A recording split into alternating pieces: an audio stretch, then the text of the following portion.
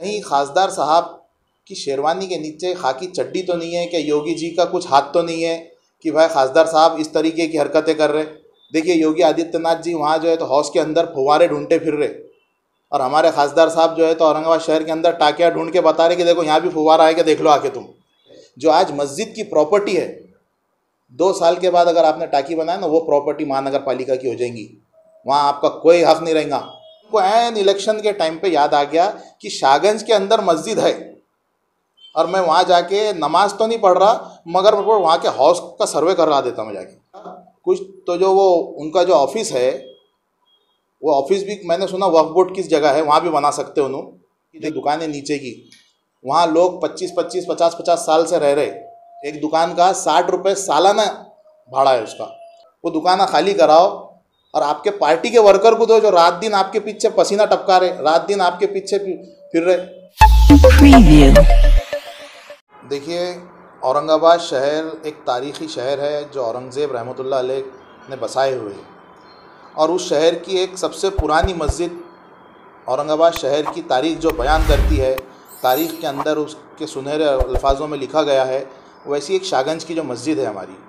और जिस हाउस के बारे में खासदार साहब ने कलेक्टर को और महानगर पालिका के लोगों को ला के सर्वे कराए, उस मस्जिद के हाउस का इतिहास ये है कि वहाँ पहले हाउस था, और आज के टाइम में नमाज़ पढ़ी जाती है वहाँ। मुसलमान हर जुमे के दिन वहाँ पूरी मस्जिद फुल होती, इवन रोड तक लोग आ जाते कम से कम। हर जुमे के दिन आप देखेंगे तो वहाँ बहुत ही ज़्यादा पब्लिक आती है नमाज के लिए।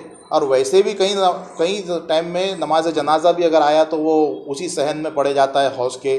जैसा कि रमज़ान का महीना जो है, जब रमज़ान का महीना आता है तो शाहगंज इलाका ऐसा है जहाँ फ्रूट्स के लिए पूरा औरंगाबाद आता है।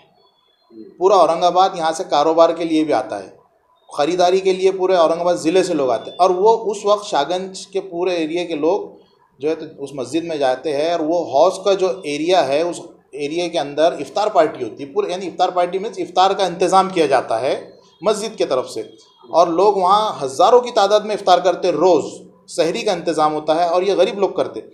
जब इतना सब वहाँ मुसलमानों की एक्टिविटीज़ चलती है, और वो मस्जिद की जगह है, 1991 का जो एक्ट है उसके तहत ये सीधे से सिद्ध हो गया है, साबित है कि 1991 का जो एक्ट है उसमें बताया गया है कि ऐतिहासिक जगहों को आप छेड़छाड़ नहीं कर सकते।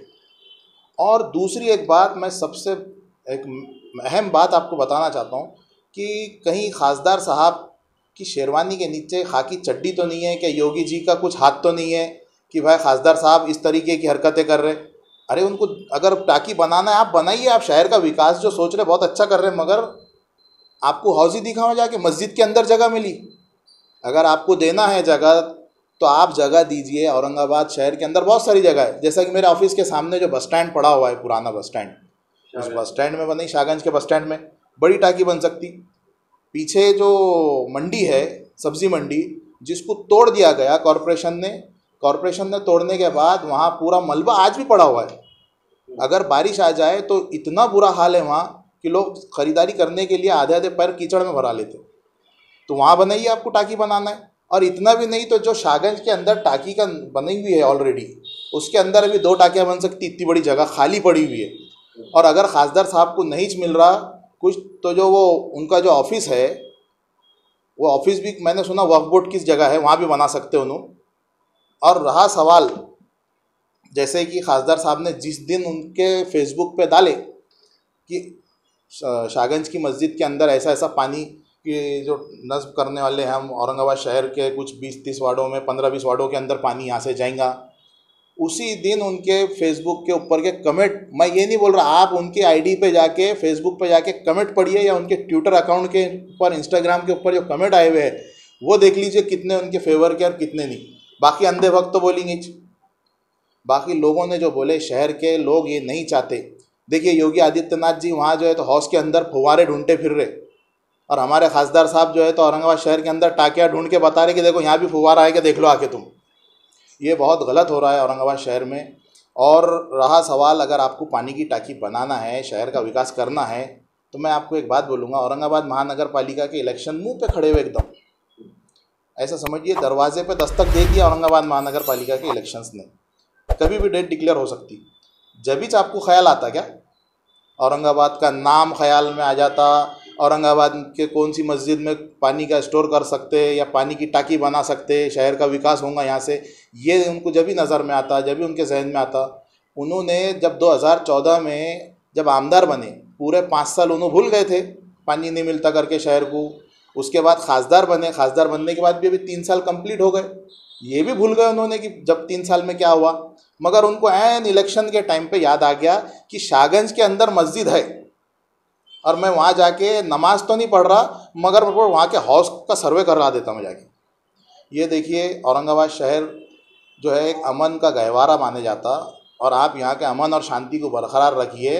खासदार साहब से मैं एक ही गुजारिश करूँगा, आपसे बहुत ही अदबन गुजारिश है खासदार साहब, कि आप शाहगंज की मस्जिद में मत घुसो।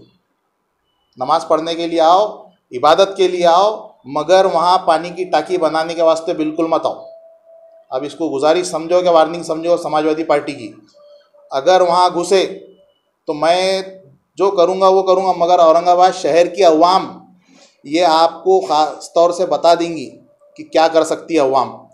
आपको पानी का स्टोरेज करना है, मस्जिद के अंदर घुस के स्टोरेज करते, कौन सी तरतीब है ये आपकी।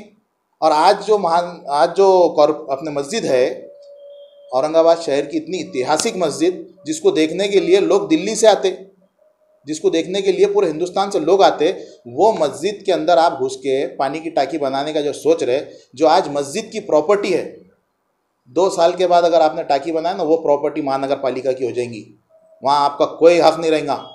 और अगर आपको करना ही है, अगर शाहगंज की मस्जिद से इतना ही प्यार है आपको, शाहगंज इलाके से इतना ही प्यार है, तो नीचे जो है ना बहुत सारी दुकानें हैं, वो मस्जिद के अंडर की जो दुकानें नीचे की, वहाँ लोग 25-25, 50-50 साल से रह रहे, और आप उनका भाड़ा सुन के ताज्जुब करेंगे।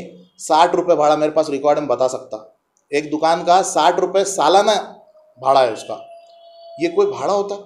अगर आपको करना है वक्फ बोर्ड की, अगर आपको इनकम बढ़ाना है, तो आप सबसे पहले तो उसको रेगुलाइज करो कि आज क्या भाड़ा है। मैं बोलता अगर वहाँ एक दुकान 40 या 50 हज़ार रुपये से नीचे नहीं जाएंगी, देना है तो दो, आप लो, और अगर नहीं देते हो तो खाली कराओ।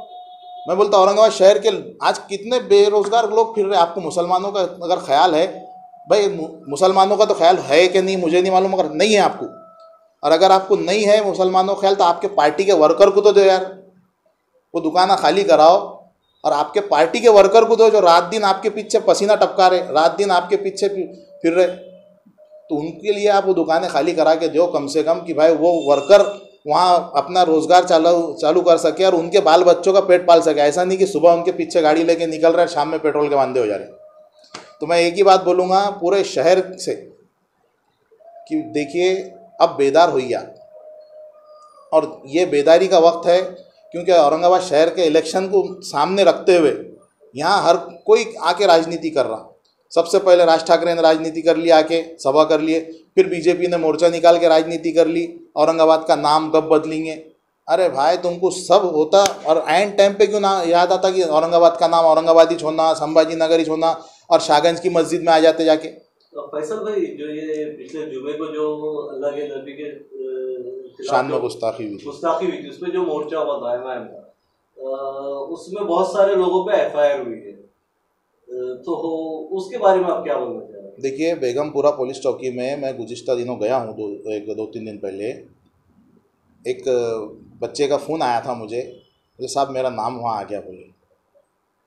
अब हम जब वहाँ गए तो वो बच्चा, आपको यकीन नहीं आएगा, एकदम पढ़ने लिखने वाला बच्चा, डिसेंट फैमिली से बिलोंग करने वाला बच्चा, मैं नाम नहीं लूँगा, वो डिसेंट फैमिली से बिलोंग करता था, ऐसा बच्चा जिसका वहाँ उन्होंने नाम आ गया।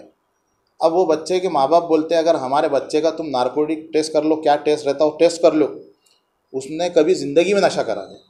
और ऐसे बच्चों के नाम उन्होंने वहाँ डाल दिए कि भाई उनके नाम आ गए कि भाई इसमें आपका बच्चा क्या बोलते बटन प्लेयर है, नशा करता। ये कौन सी बात हो गई? आपने जब बोले वहाँ कि ये बटन प्लेयर है, तो आपने समझना था बात को कि कौन से, आपने वहीं आइडेंटिफाई करना था। आप बोल रहे इतने एतमाद से, जब बोल रहे आप कि ये लोग जो है नशा करके आके यहाँ ऐसा कर रहे। देखिए, वो मोर्चा जो है किसी पार्टी का नहीं था, वो किसी उसका नहीं था, वो मोर्चा जो है गुस्ताख रसूल के वास्ते था। वो जो गुस्ताखी हुई थी रसूल की शान में, उसके ख़िलाफ़ में मोर्चा था। लोगों ने जो भाषणबाजी करे या नारे लगाए, तो वो अपना गुस्सा बयान करे उन्होंने। नहीं, वो प्रोटेस्ट भी तो एमआईएम ने ही ऑर्गेनाइज किए थे ना। चलिए एमआईएम ने ऑर्गेनाइज करी, मगर लोग वहाँ गए किसके लिए? वो अल्लाह के नबी रसूलुल्लाह सल्लल्लाहु अलैहि वसल्लम के लिए गए, और उनकी शान में जो गुस्ताखी हुई तो वो अपना प्रोटेस्ट रहता ही क्या, गुस्सा बयान करना ही रहता है ना। नारे लगाने के ऊपर लोगों के ऊपर गुनाह डाल दिए। अरे मैं तो बताऊंगा आपको, जो लोगों के ऊपर गुनाह दाखिल हुआ वो तो छोड़ दो, चलो आपने उनके नाम बताए नहीं बताए, मगर एमआईएम के कार्यकर्ताओं की लिस्ट है उसमें बाज़ाब्ता। मैं आप ही के चैनल पे इंशाल्लाह कुछ ही दिनों में बताऊंगा कि कितने एमआईएम के कार्यकर्ता है। अब खासदार साहब ने बताना मेरे को कि ये बटन प्लेयर है क्या जो आपके कार्यकर्ता है, मैं लिस्ट के साथ बैठूंगा आपके चैनल के ऊपर।